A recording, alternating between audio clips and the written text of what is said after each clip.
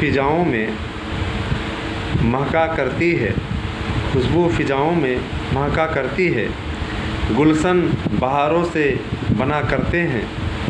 हमारी ज़िंदगी आपको है समर्पित, इसीलिए तो हम सदैव आपका मार्गदर्शन करते हैं।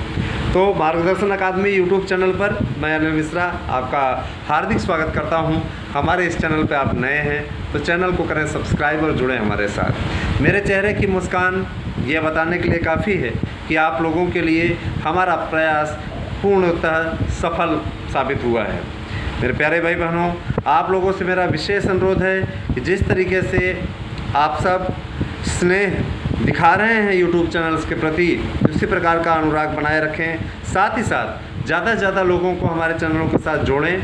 और हम ये एक बात और बोलना चाहेंगे कि इससे बेहतर मंच, इससे अच्छा विकल्प आपको कभी नहीं मिल सकता। तो आपसे मेरा विशेष अनुरोध है कि आप इस विकल्प का लाभ उठाइए, क्योंकि विकल्पहीनता आप लोगों को अशक्त बना सकती है। दोस्तों, लखनऊ गई हमारी टीम ने हमें गुड न्यूज़ दी है और उनका ये कहना है कि सभी समस्याओं का समाधान उत्तर प्रदेश सरकार द्वारा कर दिया गया है।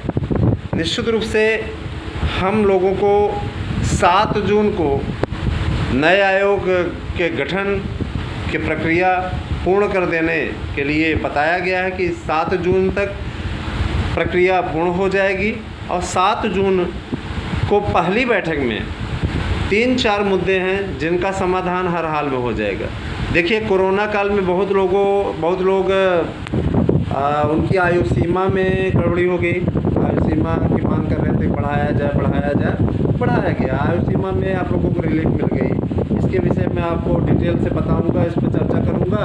और साथ ही साथ उसके बाद में फिर आप लोगों की आयु सीमा की बात इधर निपटती है। उसके बाद आ जाता है एलटी ग्रेड में पदों की संख्या में जो अधियाचन और जुड़े हैं उनके विषय में भी सहमति बन गई है। अधियाचन आप लोगों के निश्चित रूप से अधियाचन का आपको लाभ मिलेगा। आपके अधियाचन ज़्यादा से ज़्यादा संख्या में जुड़ रहे हैं तो उसका आपको लाभ मिलेगा, इस पर कोई दो राय नहीं है। साथ ही साथ एलटी ग्रेड का विज्ञापन कब तक आएगा इसके विषय में भी आपको बताने वाला हूं, तो आप इस पूरे वीडियो को देखिएगा। एलटी ग्रेड के विज्ञापन की प्रक्रिया कहां तक पहुंची है इसके विषय में मैं आप बताने जा रहा हूं। सबसे पहले इसे शुरुआत करता हूं। 72,825 की काउंसलिंग पे क्या डिसीजन हो गया है वह भी मैं आपको बताऊंगा, तो इसको पूरा देखिएगा। दोस्तों, 72,825 की काउंसलिंग हर एक विद्यार्थी का सपना है। इस सपने को पूर्ण करने के लिए उसने नाकों चने चबाए हैं। ये पूर्ववर्ती अखिलेश यादव की सरकार में किए गए अन्याय की पराकाष्ठा थी। दोस्तों, ये अन्याय नहीं तो और क्या है। एक अभ्यर्थी 75 जिलों में से 70 जिलों से फार्म भरता है, ज़मीन बेच करके वो पेमेंट करके वहाँ पे फार्म भरता है, और वो सरकार इनकी संवेदनाओं को नहीं समझती।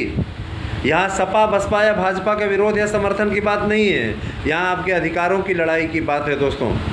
और मैं ये चीज़ कहना चाहता हूँ कि आप अधिकारी थे, आप इस भर्ती के अधिकारी थे, आपकी काउंसलिंग होनी चाहिए थी। टीटी मेरिट वालों की काउंसलिंग नहीं होनी चाहिए थी। लेकिन गजब है ये उत्तर प्रदेश की सरकार भाई। उस समय की सरकार ने काउंसलिंग किसकी कराई? काउंसलिंग कराई 72,825 की। वहाँ पे एविडेंस दे करके और तत्काल सुनवाई के लिए आप नहीं कर सकते थे। मामला रोक करके जो डबल बेंच में पे स्टे लगवाने के लिए आप ट्रिपल बेंच में संविधान पीठ में नहीं जा सकते थे कि हमारे हित प्रभावित हो रहे हैं। लेकिन आपको तो याचिका करना नहीं आता, आप क्या लड़ाई लड़ोगे? याचिका करने की तमीज़ नहीं है। आप एक बार करते हो, एक बार आप याचिका करते हो तो उसमें कागज़ लगाना ही भूल जाते हो। गजब के जाहिल हैं भाई, हैं? याचिका करते हैं तो याचिका करने में कागज़ ही लगाना भूल जाते हैं। सर्वोच्च न्यायालय इनके पास भेजता है कि आप ये दस्तावेज तो जमा करो। मतलब आम अभ्यर्थी का पैसा 420 करके एक तरीके से लिया गया कि नहीं लिया गया। और गजब के लोग हैं भाई। जब इनकी काउंसलिंग की बारी आई तो ये जा कर के वहाँ पे, अरे जब मामला कोर्ट में पेंडिंग में था, अब माननीय अरुण टंडन जी की अदालत ने इसको ये विज्ञापन निकलवाया और उसके बाद प्रक्रिया चल रही थी, याचिका खारिज कराने की क्या ज़रूरत थी यार? ये अपील करना आपके वकील का, सरकारी वकील का गजब के जाहिलपन का सीधा जीवंत सबूत नहीं है क्या दोस्तों? वहाँ पे आप माननीय उच्च न्यायालय से यह भी अनुरोध कर सकते थे ना कि पहले काउंसलिंग कराने का किया जाए। सर जी, हम पूरी प्रक्रिया आपके निगरानी में ही कर लेना चाहते हैं। वहाँ ये कहने की क्या ज़रूरत थी कि ये खारिज कर दिया जाए, मतलब समाप्त कर दिया जाए, क्लोजर रिपोर्ट कर दिया जाए, हम काउंसलिंग करा रहे हैं। इनको मौका देने की क्या आवश्यकता थी? काउंसलिंग हो जाती, प्रक्रिया पूर्ण हो जाती, उसके पश्चात क्या कहते हैं जाकर के खारिज कराते।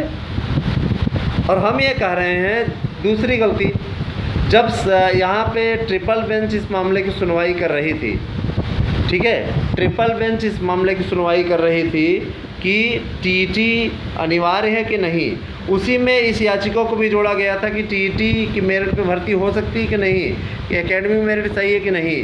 तो वहाँ पे इस बात का संकेत तुरंत मिल गया था कि आप काउंसलिंग कराइए, कोई दिक्कत नहीं है। लेकिन उत्तर प्रदेश की वर्तमान उस वक्त की सरकार ने, अखिलेश यादव की सरकार ने अनुरोध किया बाकायदे कि इस मामले को इस मामले को दूसरी बेंच में भेज दिया जाए, इसको हम अलग से सुनवाई कराना चाहते हैं। आपने मौका दिया, आम अभ्यर्थियों के साथ में आपने छल किया, इसीलिए आप दूसरा विधानसभा चुनाव हारे हैं, 2 लोकसभा चुनाव हारे हैं, निकाय चुनाव हारे हैं, और आगे भी आप हारते रहेंगे, क्योंकि आपने जो आम अभ्यर्थियों के साथ किया है ना, इस अपराध के लिए आपको उत्तर प्रदेश की जनता किसी जीवन में माफ़ नहीं करेगी। विशेष तौर पे हमारे अभ्यर्थी आपको किसी भी प्रकार से क्षमा नहीं करेंगे। आप क्षमा के पात्र नहीं हो। आपका गुनाह इस प्रकार का है कि आप किसी प्रकार से क्षमा के पात्र नहीं हो। आपने आम विद्यार्थी का, आम अभ्यर्थी का पूर्ण रूपेण दोहन किया है, बर्बाद किया है आम अभ्यर्थी का कैरियर, आपने तमाशा बना के रख दिया।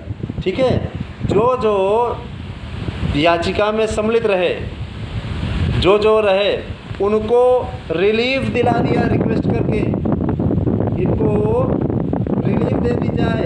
ऐसे लोग नौकरी पा गए, ठीक है, जिन्होंने कभी ज़िंदगी में नौकरी का ख्वाब नहीं देखा था, टीटी मेरिट पर ऐसे लोग नौकरी पा गए जिन्होंने जीवन में कभी ख्वाब नहीं देखा था। बेचारे मारे गए वो जिनका वास्तव में वो पद था। सजी सजाई थाली उनके आगे आकर के उस थाली को हटा लिया गया। गजब के लोग हैं।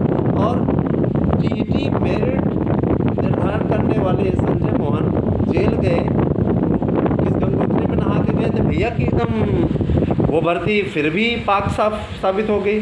मैं सर्वोच्च न्यायालय का सम्मान करता हूँ। सर्वोच्च न्यायालय ने तात्कालिक रूप से किया और बाद में उस भर्ती को अवैध भी बताया, टेट मेरिट को, और रद्द भी करने जा रहे थे। लेकिन वर्तमान सरकार ने वहाँ पर ऐसा होने नहीं दिया।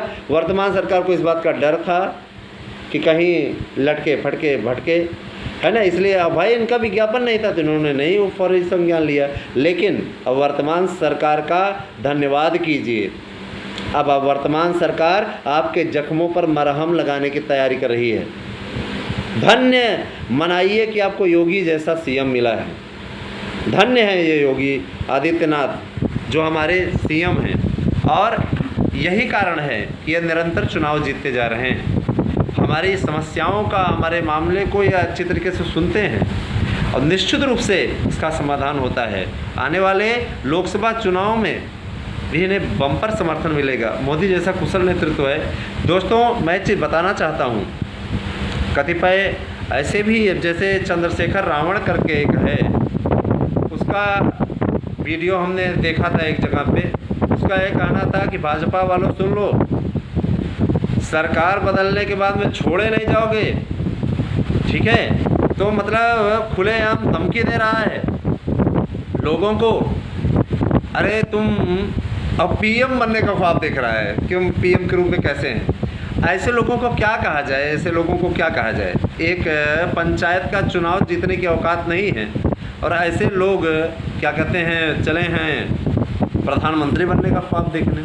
जैसे इस समय विपक्ष वाले एकत्र होना शुरू हुए हैं कि हम संसद भवन का बहिष्कार करेंगे, संसद भवन नहीं जाएंगे। कल एक बिहार के पगचौधर नेता का बयान आया था, है ना, लल्लन सिंह का, कि जब हम लोग सत्ता में आ जाएंगे तो नए संसद भवन का प्रयोग किसी और चीज़ में करेंगे। अरे संसद भवन को क्या चारा रखने के लिए बनाओगे क्या नए संसद भवन? हैं, नया संसद भवन बनकर के तैयार हुआ है, उसको लेकर के कोर्ट में याचिका भी हुई है। ऐसे लोगों की क्या सोच है, सोचिए। माने वास्तविक जो होता है प्रधान, वो प्रधानमंत्री ही होता है और वही उद्घाटन करता है, वही सब क्रियाकलापों को देखता है। ये सारी चीज़ें हैं। अब ऐसे लोगों को क्या कहा जाए, इनको समझाने का कोई औचित्य नहीं है। सर्वोच्च न्यायालय से केरला स्टोरी पर पश्चिम बंगाल सरकार को तगड़ा झटका लगा है। सर्वोच्च न्यायालय का ये कहना है कि जिनको केरला स्टोरी पसंद ना हो वो ना देखें, कोई ज़बरदस्ती थोड़ी नहीं है, लेकिन बंगाल सरकार को इसको हर हाल में आज रिलीज़ करना पड़ेगा, रिलीज़ करे और पुलिस सुरक्षा मुहैया कराए। तो ये है, चटकाना लगा बढ़िया से। ममता बनर्जी की सोच पता चल गई। देश को ये भी देखना चाहिए कि वास्तव में राष्ट्र की सुरक्षा कौन कर रहा है। यहाँ पार्टी विशेष या किसी खास दल के लिए नहीं कहा जा रहा है। हिंदू, मुस्लिम, सिख, ईसाई सब अपने अपने धर्म का अनुपालन करें, इसमें भी किसी प्रकार की कोई बुराई नहीं है। अब जैसे मेरठ में 2-3 घटनाएं हुई, उस पर सब पे चर्चा अगले वीडियो में हम करेंगे। तो ये सारी चीज़ें अपने आप में निंदनीय हैं, है ना। हिंदू लड़कों को मुस्लिम लड़कियों के साथ देखा जा रहा है तो उनको रोका जा रहा है, उनसे पूछा जा रहा है, अगर हिंदू निकल रहे हैं तो उनके साथ मारपीट की जा रही है, बदसलूकी की जा रही है। तो इस पर भी सरकार कड़ा एक्शन लेगी, क्योंकि उत्तर प्रदेश की सरकार है, योगी सरकार है। यहाँ बदमाशी करोगे तो बदमाशों की क्या स्थिति होती है वो देखने वाले आप लोग अतीक अहमद से लेकर के, हाँ, ये जितने भी हैं माफिया, मुख्तार अंसारी तक सबका हाल देख चुके हैं। विकास दुबे भी था, उसका भी हाल देख चुके हैं। तो ये सारी चीज़ें हैं। चलिए दोस्तों, अगले वीडियो में आपसे फिर मिलते हैं। और आप लोगों का आप कार्यक्रम स्टार्ट होने वाला है पीजीटी का, बिल्कुल बने रहे हमारे साथ में। धन्यवाद, आप सभी का दिन शुभ हो। Thank you.